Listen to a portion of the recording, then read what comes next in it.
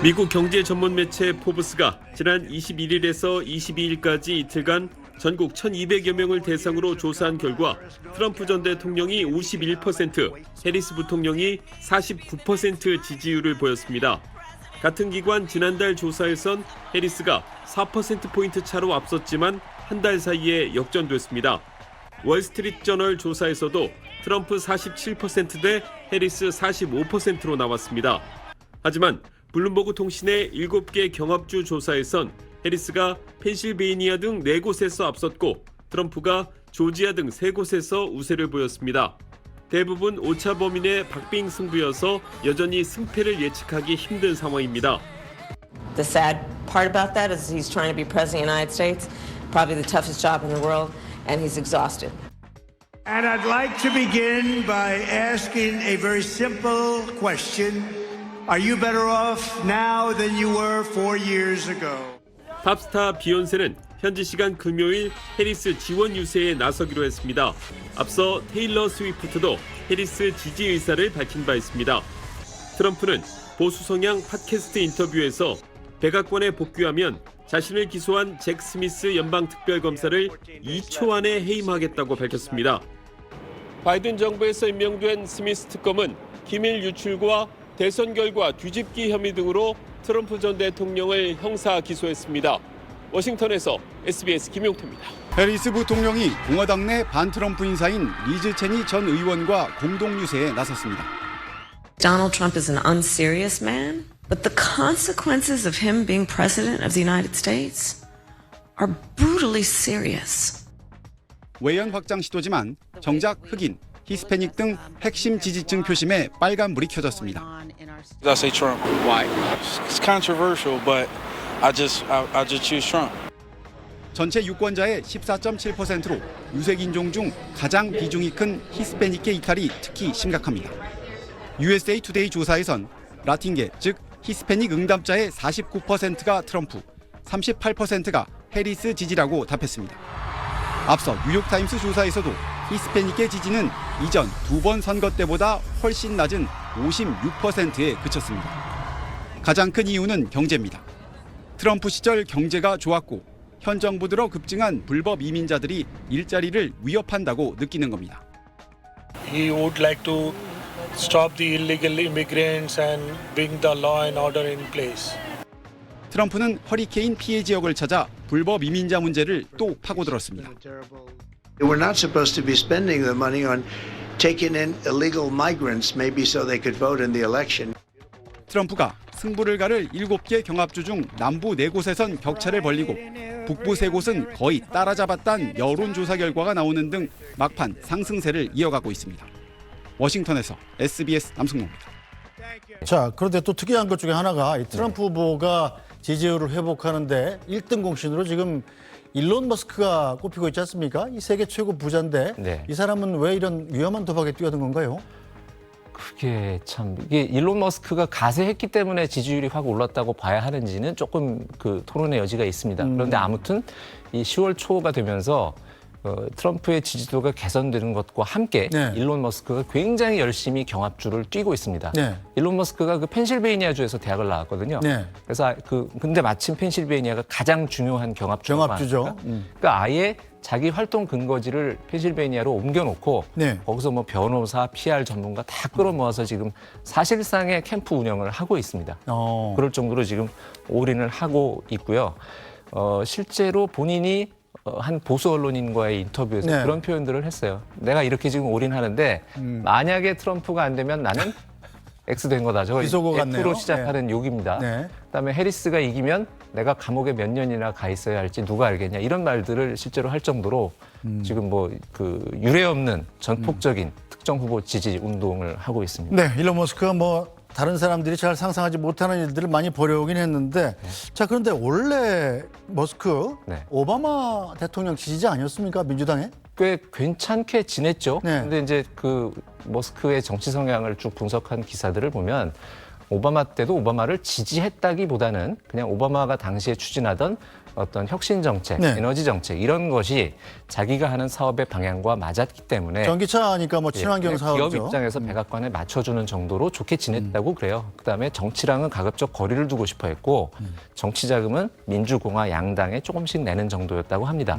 그런데 2017년에 이제 트럼프가 집권한 이후에는 공화당 의원들한테 좀 또 줬을 거 아니에요, 정치 자금을? 그렇겠죠. 근데 이제 법에 따라서 이게 그 공개가 됐는데 그걸 가지고 이제 민주당 쪽 의원들이 배신자라고 엄청 공격을 했단 모양이에요. 그러면서 일론 머스크가 이 민주당 좌파 쪽에서는 사람의 입을 막으려고 드는구나라고 생각을 했고 그때부터 공화당 쪽으로 점점 더 넘어갔다는 얘기도 있고요. 그다음에 그 기업이 커지니까 이제 세금이나 노동 규제 같은 문제로 자꾸 정부가 충돌을 빚지 않습니까? 네. 그러면서도 이 트럼프처럼 그런 규제 없애주겠다, 네. 세금 깎아주겠다 하는 쪽에 더 기운 것이다라는 얘기도 있고요. 또 네. 하나는 기본적으로 일론 머스크도 트럼프처럼 굉장히 남성 중심적이고 권위주의적입니다. 그러니까 자기가 모든 거를 다 마음대로 해야 되고 네. 여성에 대한 어떤 인식도 그렇고 네. 누가 자기한테 이렇게 반론을 제기하는 거를 잘 참지 못하는 사람이에요. 그러고 보니까 좀 둘이 비슷하긴 굉장히 하네요. 성격도 네. 비슷해요.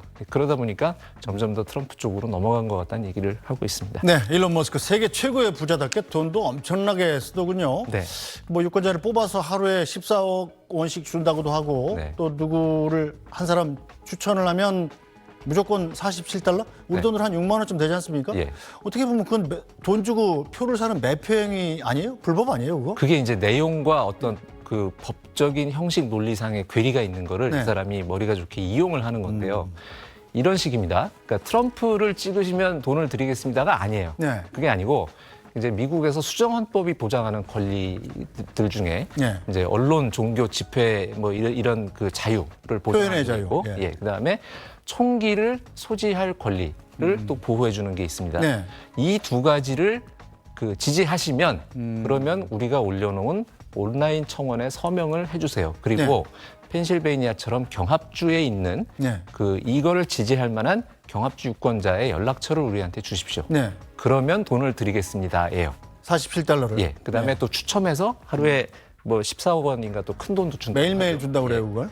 근데 이게 지금 법 논리상 어떻게 되냐면 미국도 매표 행위 그러니까 특정 후보를 찍어줬다고 해서 돈을 주면 네. 그거는 법에 걸립니다. 그렇죠. 그런데 지금 머스크 쪽에서는 뭐라고 얘기를 하는 거냐? 우리는 표를 특정 후보 지지하는 표를 산 게 아니고요. 어떤 생각을 갖고 있는 유권자들에 대한 정보, 데이터베이스를 지금 돈을 주고 자료를 수집하는 겁니다. 오. 그거는 기업들이 그 고객 데이터베이스를 사기도 하고 그러지 않느냐. 우린 그거다. 네. 라고 지금 주장을 하고 있는 거예요. 사실상 공화당 지지자한테 돈을 주는 거지만 법망을 또 교묘하게 피하고 교묘하게 피하고 있는 거죠. 역시 머리는 좋은 것 같습니다. 또 주변에 얼마나 많은 변호사들이 포진하고 있겠습니까? 그렇겠군요. 자, 또 일론 머스크가 소유한 기업 가운데 바로 옛날에 트위터 네. X가 있지 않습니까? 네. 이것을 또 이용해서 해리스 지지 운동은 막고 네. 트럼프 지지 운동은 장려한다고 그래요. 이것도 가능합니까? 그것도 지금 미국에 그렇게 못하게 하는 뭐 법이 딱히 있는 건 아니고 그래요? 어쨌든 일론 머스크가 이 트위터라는 회사를 자기가 산 뒤에 X로 이름을 바꾸고 네. 그 자기 지금 뜻대로 운영을 하고 있지 않습니까? 이 화면이 지금 해리스 후보를 마치 공산주의 지도자로 지금 옷을 입혀놓은 게시물을 일론 머스크가 이른바 리트윗을 한 건데요. 뭐 딥페이크 같네요, 저것도. 예, 예. 뭐 저거 외에도 여러 가지 해리스를 비난하거나 조롱하는 딥페이크 같은 것들을 일론 머스크가 여기저기서 이제 퍼나르고 있습니다. 그런데 저 사람이 트위터 X상에서 팔로워가 2억 명이에요. 전 세계에서 가장 팔로워가 많습니다. 네. 게다가 자기 회사니까 자기가 올리는 게시물들은 더 많은 사람한테 노출이 되도록 알고리즘을 만졌다는 얘기도 있어요. 근데 미국에서 저 X, 트위터라는 거는 우리나라에서보다 훨씬 영향력이 크거든요. 그렇죠. 우리가 얘기하는 대형 포털 생각하시면 될 정도로 네. 어쨌든 영향력이 큰데 저런 데서 저렇게 트럼프한테 도움되는 거는 많이 퍼뜨리고 예를 들어 이제 저기도 해리스를 지지하는 사람들의 뭐 모금 활동하고 이런 계정들이 있을 거 아닙니까? 네. 그런 거는 뭐 정지를 시킨다든가 팔로우를 못하게 한다든가 이런 식으로 이제 방해를 해서 무리를 빚고 있는데 그렇게 해도 지금 뭐 법으로는 어떻게 할 수가 없는 모양이에요. 이제 그 미국 정치학자들은 이게 민주주의의 근간을 지금 흔드는 행위다 이런 비판을 가하고 있습니다. 네. 자, 그런데 머스크 누가 뭐래도 기업가 아니겠습니까? 네. 기업가가 아무 일속 없이 이런 짓을 하진 않을 테고 네. 이 둘이 이익이나 신념을 같이 하는 부분도 있겠죠. 그렇습니다. 대표적으로 이제 아까 말씀드린 노조나 세금 같은 문제가 있고요. 그다음에 불법 이민에 대한 그 입장도 네. 그 트럼프와 머스크가 굉장히 비슷합니다. 불법 이민자가 쏟아져 들어오는 게 미국을 망친다 이런 생각을 갖고 있고 또 하나 이제 그 머스크의 개인사와 관련이 있는데 성전환 이슈가 있어요.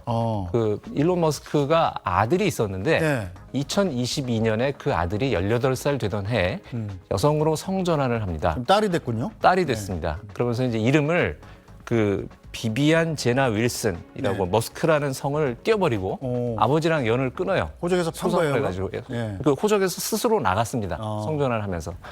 이제 그런 일을 겪었기 때문에 머스크는 성전환이 굉장히 싫은 사람인데 네. 민주당 쪽이 그 갖고 있는 주들에서 이 성전환을 약간 지원해주는 그런 법제도들이 있어요. 이를테면 캘리포니아 같은 경우에 지금 주지사가 서명을 한 법에 뭐가 있냐면 예. 학교에서 우리 아이가 예를 들어 아들인데 나는 이제부터 여성을 할래요. 그러니까 저를 여자로 불러주세요. 또는 그 반대도 있을 수 있지 않습니까? 그러면 교사가 부모한테 알리도록 하는 그런 규정을 몇몇 교육청이 만들었습니다. 네. 그랬더니 캘리포니아 주지사가 그런 의무를 교사한테 부과하지 마. 안 알려도 돼. 네. 이런 법안을 만들었어요. 거참. 그게 이제 그 학생이 본인의 어떤 행복을 추구하겠다는 거를 네. 왜 거기다가 이제 걸림돌을 놓느냐 이런 건데 일론 머스크는 자기가 겪었던 일도 있기 때문에 이거는 좀 곤란하지 않느냐. 그리고 만약에 캘리포니아에 있는 우리 회사의 사원들의 가정이 이 문제로 내가 겪은 것과 같은 일을 겪으면 우리 회사에도 영향이 있다. 그렇겠군요. 그래서 내가 경영하는 회사들을 다 텍사스로 옮기겠다. 지금 네. 이러고 있는 상황입니다. 일론 머스크 뭐 최대 1억 달러 정도 쓴다는 보도도 나오던데 예. 트럼프 대통령이 트럼프 전 대통령이 이번에 또 당선이 되면 네. 일론 머스크를 정부 요직에 앉히겠다 이렇게 얘기를 했더군요. 그게 트럼프는 그 연방 정부를 굉장히 싫어합니다. 연방 정부가 그 비효율의 네. 그 대명사고 쓸데없는 거 규제하고 뭐 돈도 함부로 쓰고 이렇게 네. 생각을 하는데 일론 머스크도 비슷한 생각을 갖고 있어요. 그다음에 일론 머스크가 워낙 해고를 과격하게 하는 사람입니다. 이를테면 올해 같은 경우에 테슬라의 충전기 사업부에서 더 이상 이익이 안 난다고 보고 네. 그 충전기 사업부 250명인가를 네. 그냥 하룻밤 사이에 다 해고를 해버린 적도 있어요. 근데 이제 무섭네요. 트럼프가 일론 머스크한테 연방 정부의 어떤 효율성 평가와 구조 조정을 맡기겠다고 지금 얘기를 하고 있습니다. 연방 정부 공무원들 큰일 났네요, 만약에. 큰일 나죠. 그다음에 이 트럼프는 연방 정부 공무원이 대통령의 말을 듣지 않고 소신을 뭐 발휘한다 이런 거 굉장히 싫어하거든요. 그러면 트럼프의 말을 듣지 않는 사람을 일론 머스크가 자르도록 할 수 있는 이제 그런 영향력도 갖게 될 네. 겁니다. 뭐 참 여러 가지 변화가 많이 있겠군요. 자, 해리스 부통령이 그럼 2주 남겨진 미국 대선에서 막판 반전 카드가 있을지가 주목이 됩니다. 계속 지켜보겠습니다. 오늘 말씀은 여기까지 듣죠. 이현식 의원 잘 들었습니다. 감사합니다.